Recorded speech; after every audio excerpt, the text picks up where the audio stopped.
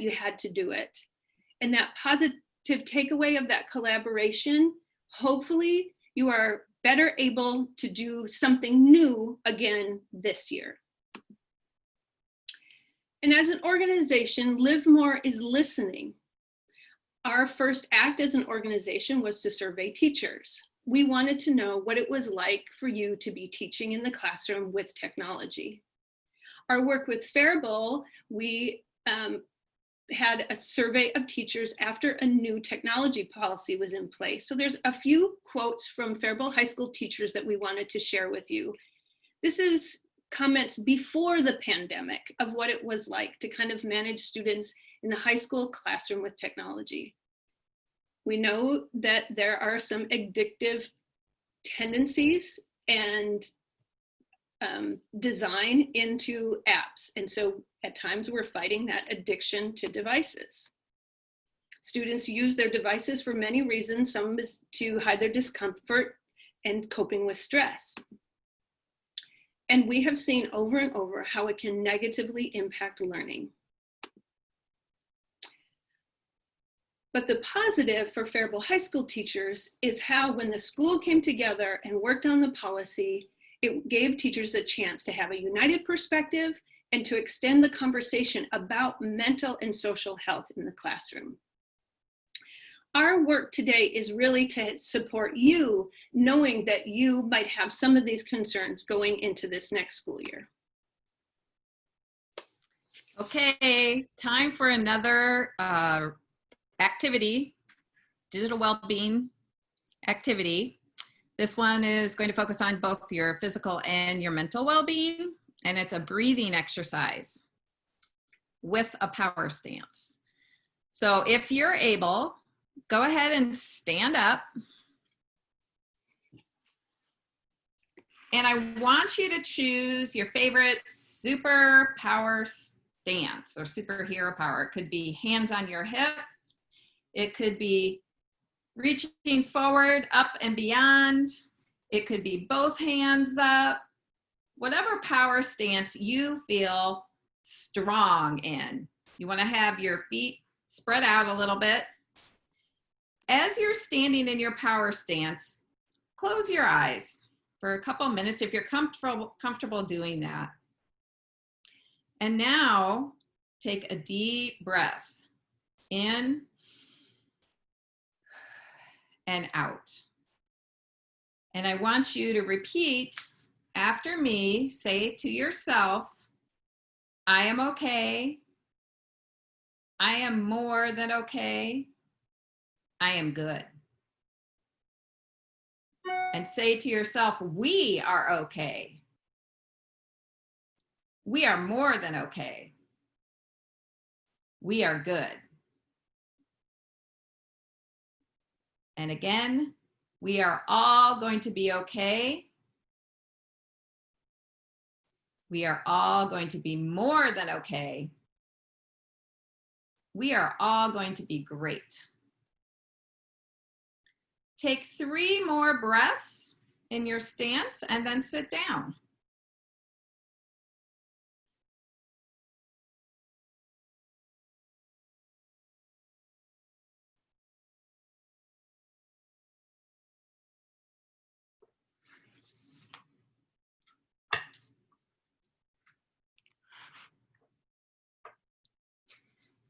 If you want to take just a minute to jot down in the chat how you're feeling after taking those deep breaths and being in your power pose. All feelings are valid, and we can build a community by checking in with each other like this. So I see more stable, grounded, confident, super, attentive, centered. Good. Less anxiety, more relaxed. These are awesome. Attentive.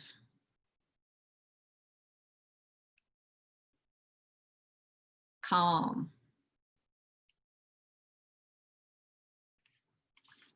I'm continually amazed at what effects it has just to take a pause and even just to take a couple deep breaths And you can do this anywhere, anytime. I know your days are packed as you teach, but if you have a moment, remind yourself about the power of breath and taking a break and standing in your power pose.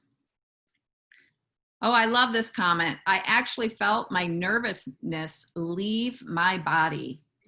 Say goodbye to that nervousness and that anxiety. That's really awesome to see. Thank you for participating in those activities. So we're going to switch gears now. We want to talk about this well-being wheel that KK and I use in our organization. And we didn't just grab a wheel off a Google search and pluck it into our organization. We did it very thoughtfully. We took research findings and really took a deep dive into understanding how screen overuse and misuse is affecting us. And that's how we came up with these different dimensions. So I'm going to walk you through each one and talk about their qualities. And then we're going to go in to talk about effects of screens and what you can do eventually. We're going to get to the tips and what you can do to mitigate some of these effects. So we'll start. As Marie mentioned, along with the research, we have done a lot of surveys and focus groups and discussions with young teachers, as well as, like you saw earlier, with teachers. So along with the research is really our own data and collection as we are listening to the effects of technology on students and teachers and families. Great. Thank you, KK, for bringing that in. That's such an important piece of our work. So we're going to start with physical. And, you know, our physical well-being is influenced by a number of different factors. And to develop and really pursue physical well-being, we need to pay attention to things like our nutrition and getting regular exercise and good sleep. Sleep is such an important part of our health and well-being. So when we pursue physical well-being, so not only do we feel physically stronger, but it kind of spills out into the other dimensions as well. It's a great stress booster, and it's a great booster for emotional well-being. So these are the different things you can think about with physical well-being. The effects on screens.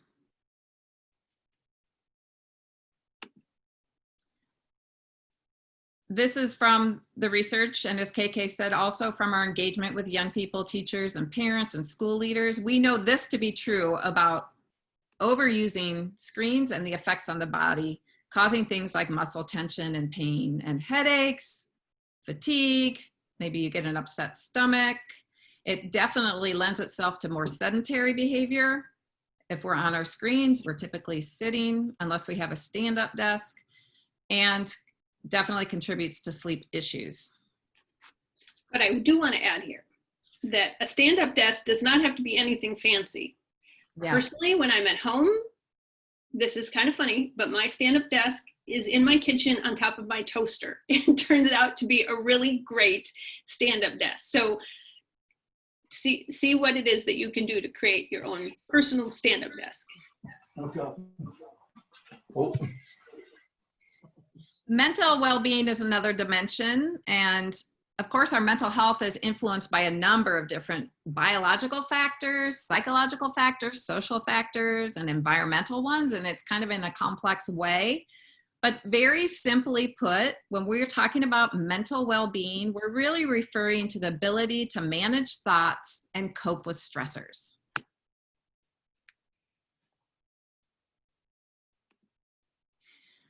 And the effects that screen overuse can have on our mental well-being, it contributes to stress for sure. For some, it increases anxiety. For a lot of people, it lends itself well to procrastinating. You spend time on your device and get kind of sucked in to social media or whatever it is that you're taking a look at.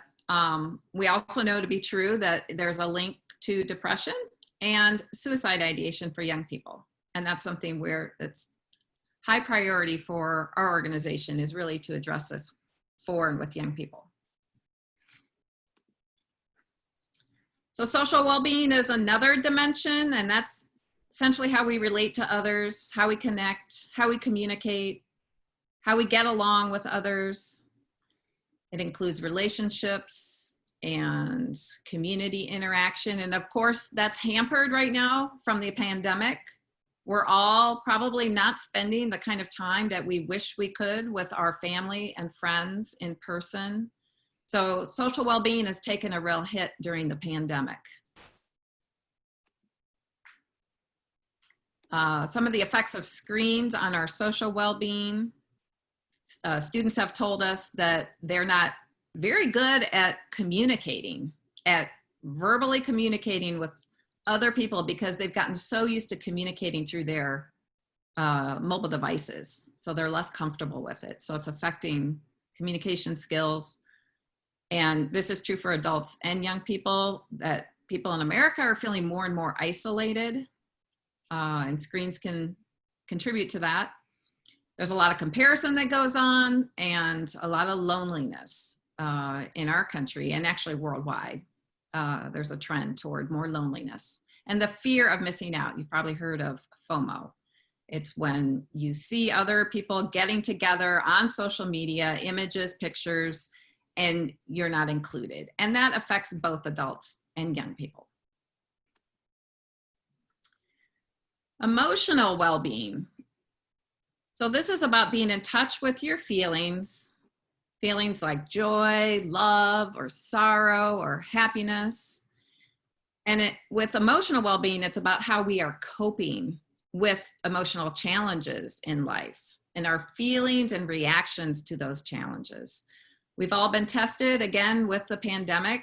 There's a flood of feelings, right, happening because of how we've had to adapt to this new situation. Our mind is a very powerful thing. And so we can develop emotional skills that contribute to our well-being by doing things like positive thinking, naming our emotions, and practicing mindfulness.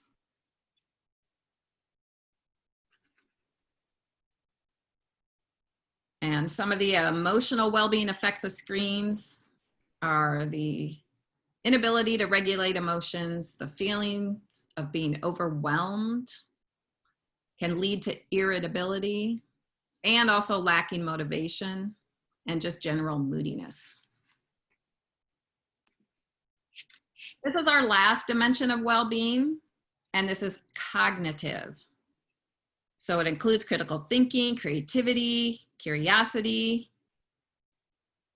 and this is a really important area for our work as we began doing research, because we were really curious about the effects of technology in the classroom. And your teachers, you see this firsthand. What does use of a device do to cognition and learning? So the effects of screens that we're sharing with you, we can all suffer from information overload. We can certainly get distracted by screens, by notifications on our phones.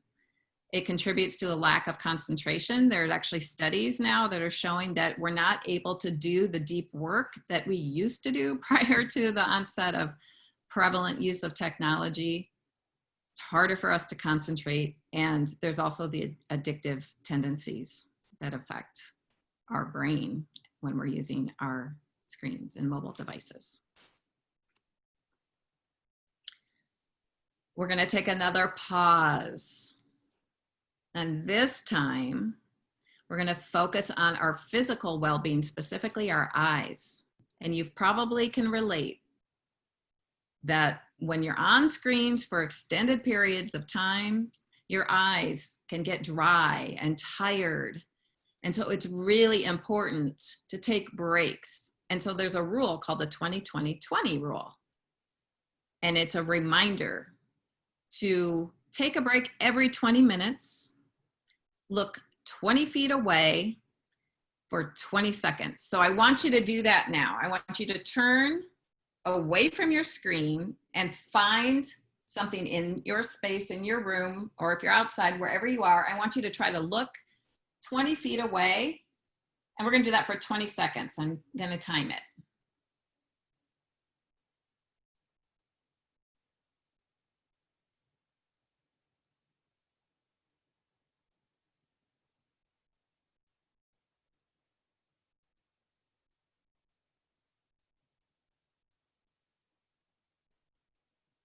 Okay. This particular practice is great for, I would say, teens, young adults, and adults.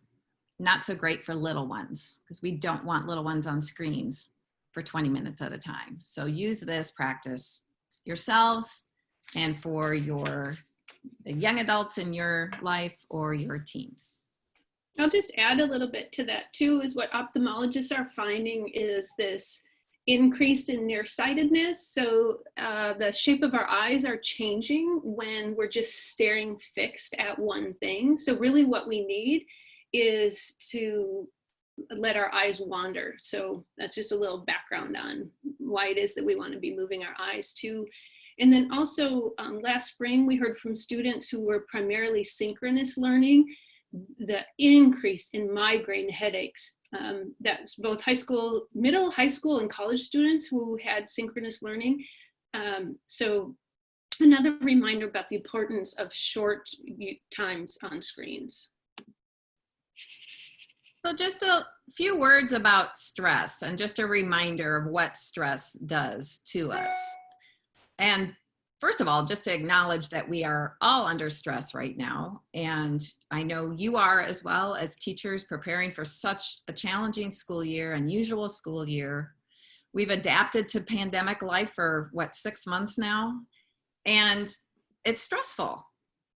And stress, when we experience it, can add up. If we're not managing it, it can build up. It can be cumulative.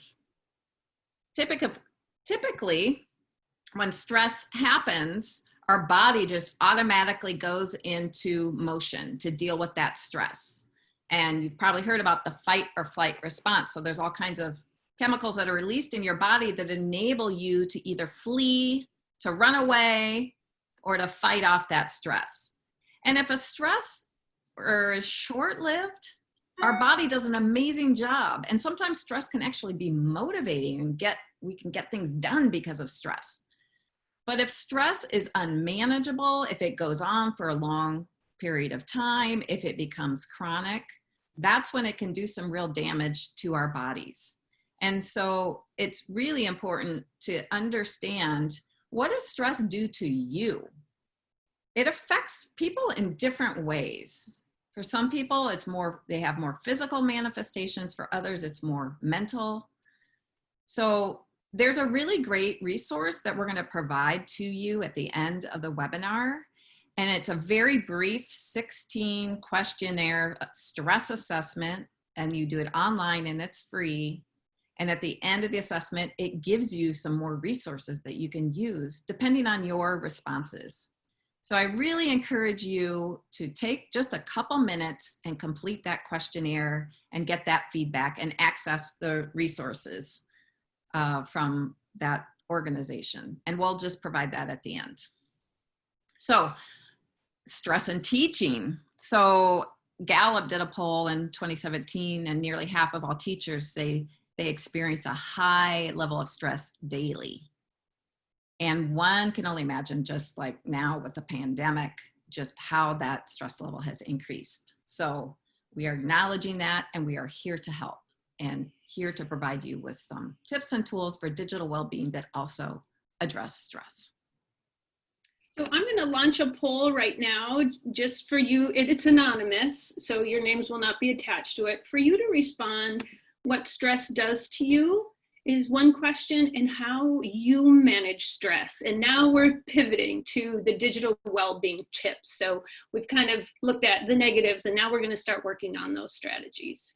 So go ahead and answer, and I'll kind of monitor the poll as it comes in.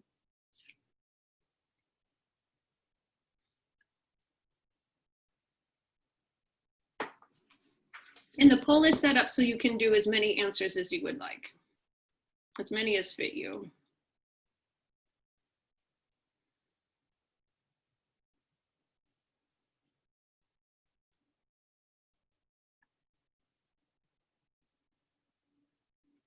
I see a lot of overwhelmed responses and sleep interference, easily irritated and fatigued.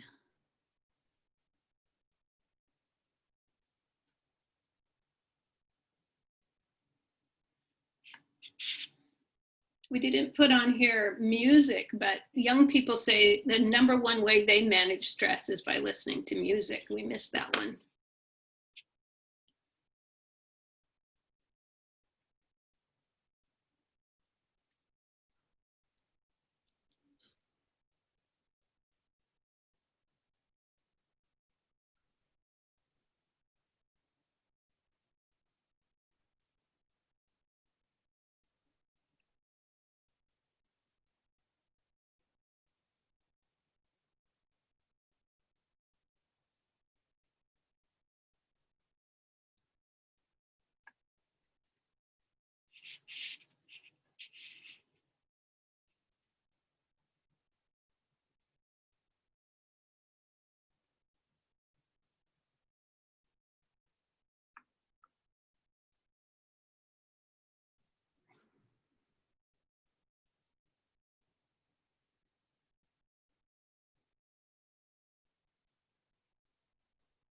Do we want to move on?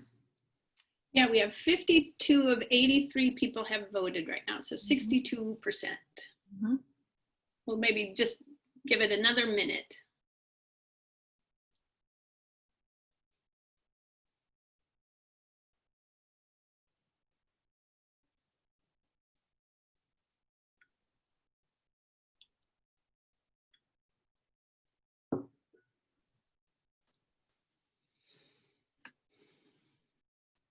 Okay, I think I'll wrap it up here just in 10 more seconds. So you move through that quickly.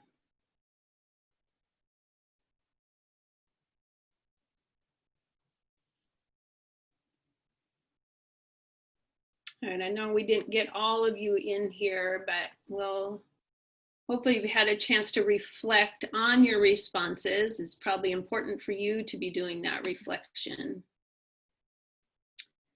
And I can share the results so we can see what it is. So it looks like kind of that feeling of overwhelmed, and of course that's going to interfere with sleep and then to become easily irritated, which we certainly know that our families and our students sense when it is that we're stressed, and that's probably why. And looks like talking to friends and family is really a way that we can find support, and colleagues. Mhm. Of course, the importance of exercise. And as teachers, it's, you know, when do you fit that in? 5:30 in the morning or 5:30 at night? But hopefully throughout the school day, you can find ways to embed that in your day. Can you share that second question, KK? The reason or not? I guess not, as it's, I just have, oh, now can you see it? Wait, click it because it did. Stop sharing. Oh, Now, no, oh, it says relaunch. No. okay. So okay. The participants just need to go down the screen to scroll down. Oh, okay. To see it. Thank you. Yes. Okay, great. So share results, and now I think there you go. Thanks Okay. for chiming in. Thank you.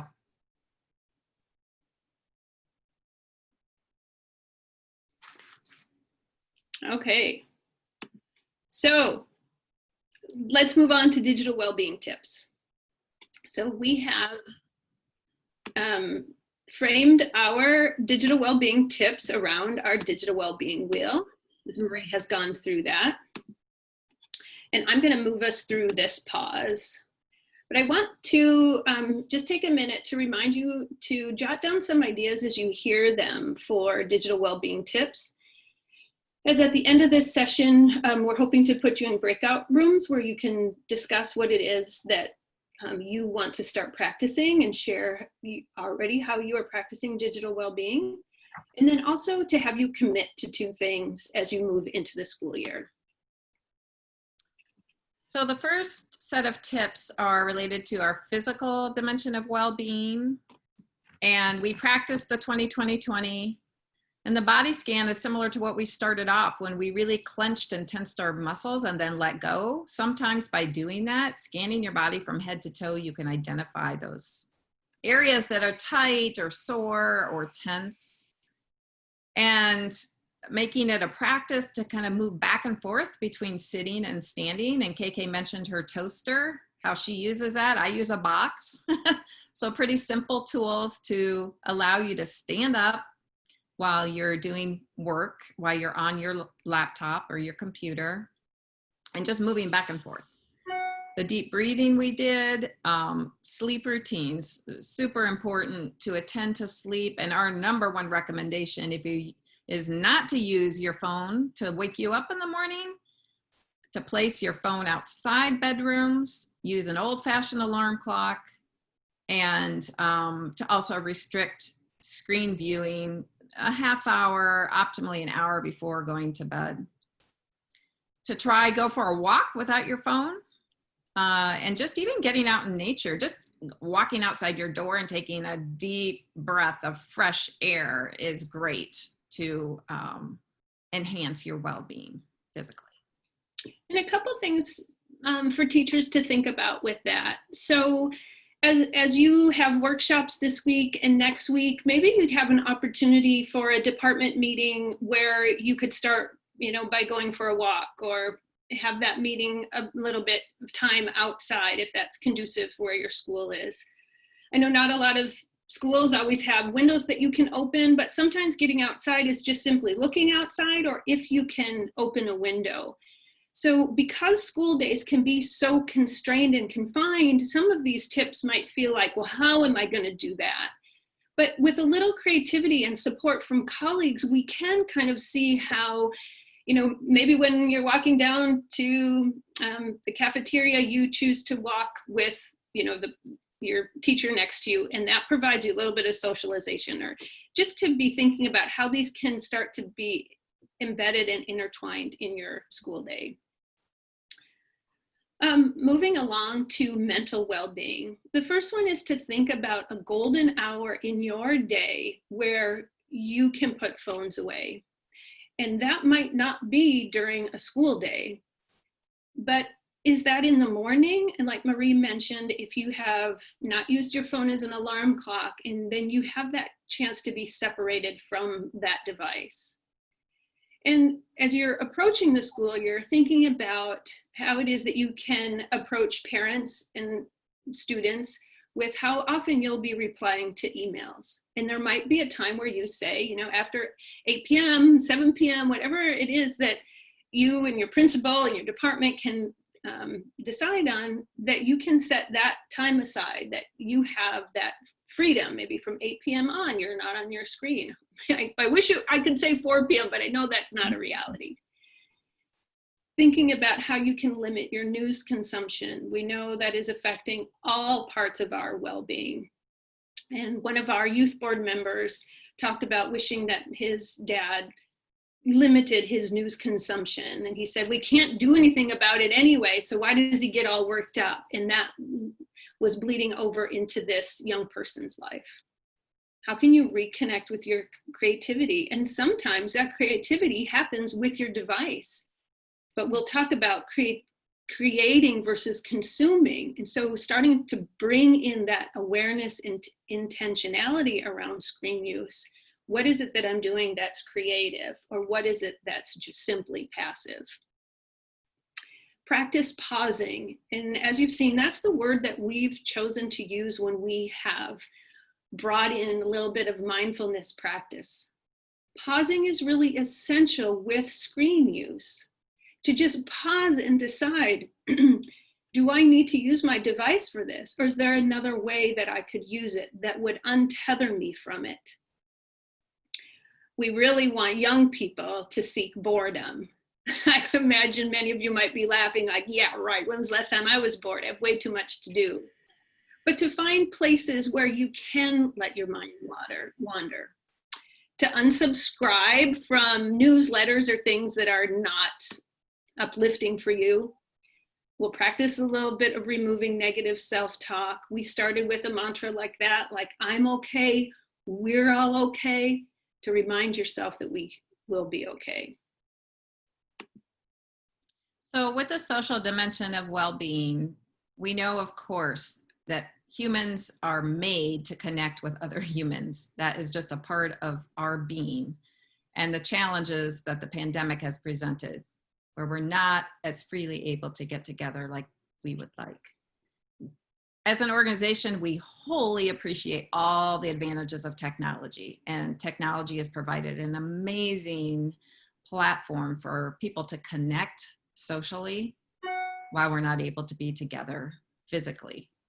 But try as much as possible to see people in person, socially distanced, wearing protective masks, so that you're in company and you get to see your friends and families and colleagues. You can take a walk and a talk with a friend or family member, and do activities, playful activities together with if you're a parent, with your children, if you're just getting together with friends for activities. And ask specifically for a tech-free time. Let your family know it's important to you, that there's times where our phones are put away and we just engage with one another. Another tip is to take a break from social media, especially if you're feeling like it doesn't fill you up, if it kind of depletes you. Take a break.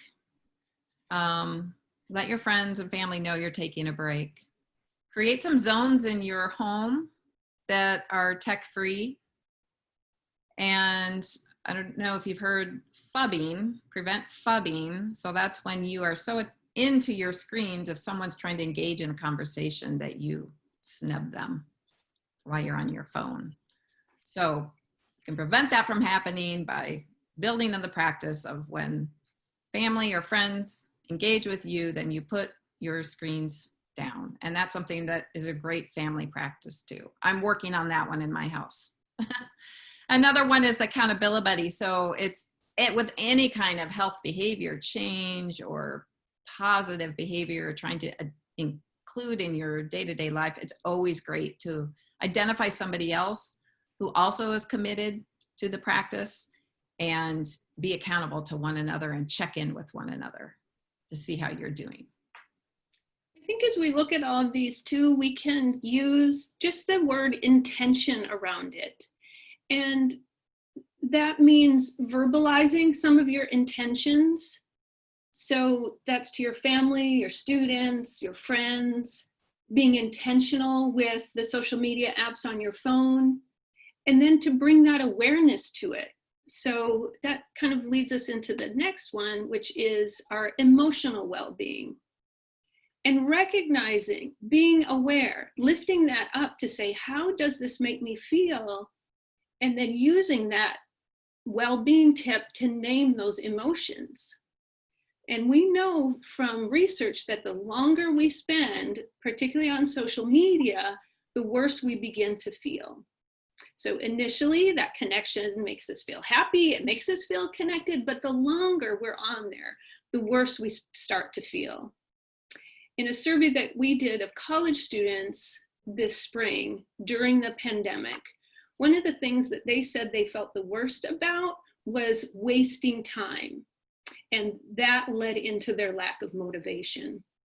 So if we help ourselves identify those emotions, and then also encourage our students and our family members as well. We like to think of a phone as we have a relationship with it, right? Like, think about where your phone doesn't go with you. Nowhere, right? It even goes to the bathroom with us. It's next to us when we sleep. All of this is a closer relationship at times than our spouses. So let's think about our partners or, a roommate. So think about that as, what is your relationship like with this device? And as you bring that awareness, you can choose to delete things from your social media. You have our permission to do that if you need permission. And then where are you finding yourself just doing that mindless scrolling? And if that is taking away joy from your life, try to take a step to change that. Look to see where you're inspired. And we know we all have to be so good to ourselves right now. It is imperative that our well-being, that we're aware of it. So if your screens can help you cultivate some of that well-being, then find those, continue on with those, but just bringing that awareness. And practicing gratitude, the first thing in the morning, rather than looking at the news while you're maybe still laying in bed, if you have the luxury to do that, spend the first few minutes practicing gratitude. What are the 3 to 5 things that you're grateful for? And a good sleep routine habit will be to end your day with that. So all of that, again, if we're just being intentional, really helps us set ourselves up well for digital well-being. This is the last dimension, and I see we have 4 minutes left. So we have to wrap it up kind of quickly. So I'm going to go through a little bit quickly with this one. But one thing I want to point out, I don't know if you can see my phone here. Can you see? Mm-hmm. Yeah, how it's gray. I turned just with 3 clicks. I can turn my phone from colorful to gray. And when it's gray, it's a lot less appealing. So those notifications are designed to capture our attention and distract us. And you can turn those notifications off. You can turn your phone to grayscale to decrease the tendency to want to pick it up and respond. And also just taking some time to think, what is it that I want to do with my time? And what do I want to attend to? And write that down. And every time you find yourself just in a moment of boredom, picking up your phone, that's okay to do if you want to do that. But if you find that you're doing it more than you'd like, set an intention not to do that. And when you find yourself reaching for your phone, have a little reminder like, no, I think I'd rather just take a step outside. I've got 1 minute, and that's what I'm going to do. And then create a list of non-screen things that you like to do that gives you joy. Maybe it's gardening, maybe it's walking and being out in nature, maybe it's journaling, maybe it's a craft, maybe it's having a conversation with someone. Just even having a list to remind yourself is a really good thing to do, a really good tip. Okay, so in our last few minutes, we'll just have to see what we can do here. So I think we'll skip this. I'll give you a minute to look at this screen. We don't have time for breakout rooms, but what we had wanted you to be able to do is to spend time with your colleagues, to share a practice that you already use, one you intend to try, and then the support that you think you need and can give to your colleagues. And I would maybe extend that to your family and to your students.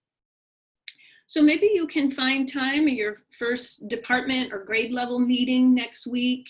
Maybe you want to share some of these tips and kind of spread the word and really be digital well-being leaders in Faribault.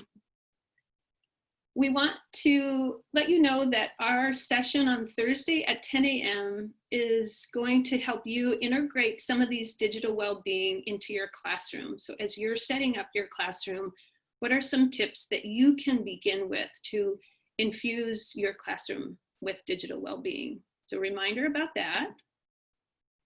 And then now what we'd like you to do is take a minute and think about what's one of these tips that you've heard or something that you're doing, maybe that you want to recommit to, maybe you've let that slide, and take some time to write down 2 of those practices that you commit to beginning. If you feel comfortable sharing that out in the group, we would love to hear from you. Maybe it's just one thing, but we know that when we commit to something and then share it with another, we're more likely to sustain that. So in this community building, let's just give a minute or 2 for you to do that yourself and then share it with the group if you feel comfortable doing that.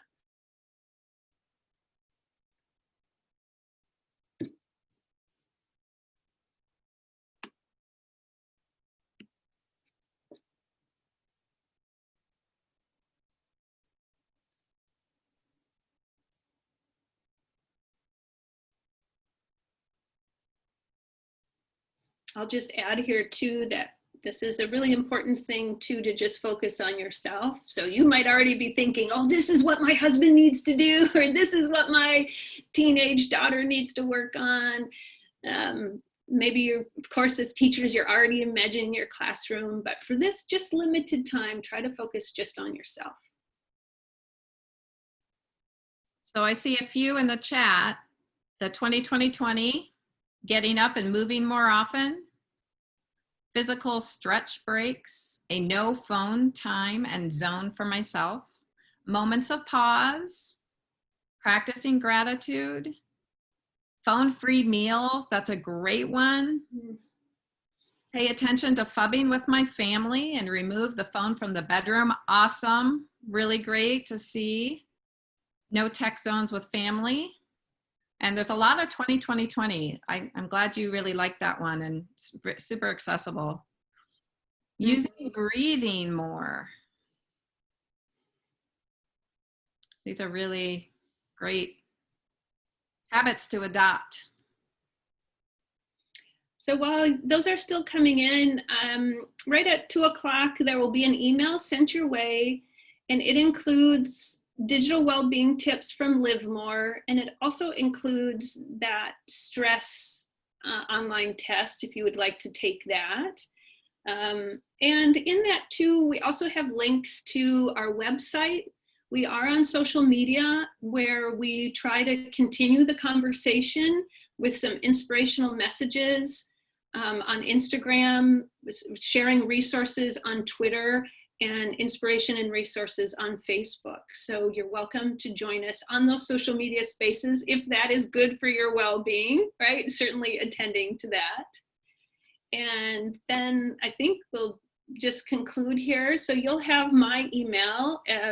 Sent you an email earlier this morning, and then this other follow-up one. And then our website is easy to remember, Live More Screen Less. And as we conclude, we just wish you the best as you work these next 2 weeks and thinking about your students and the time ahead and setting up your school year for well-being, and from us particularly wishing you digital well-being. Yes, thank you so much. And best wishes as you launch the school year in Faribault. We're cheering for you. Mm-hmm. Thanks, everybody. Thank you. Thank you.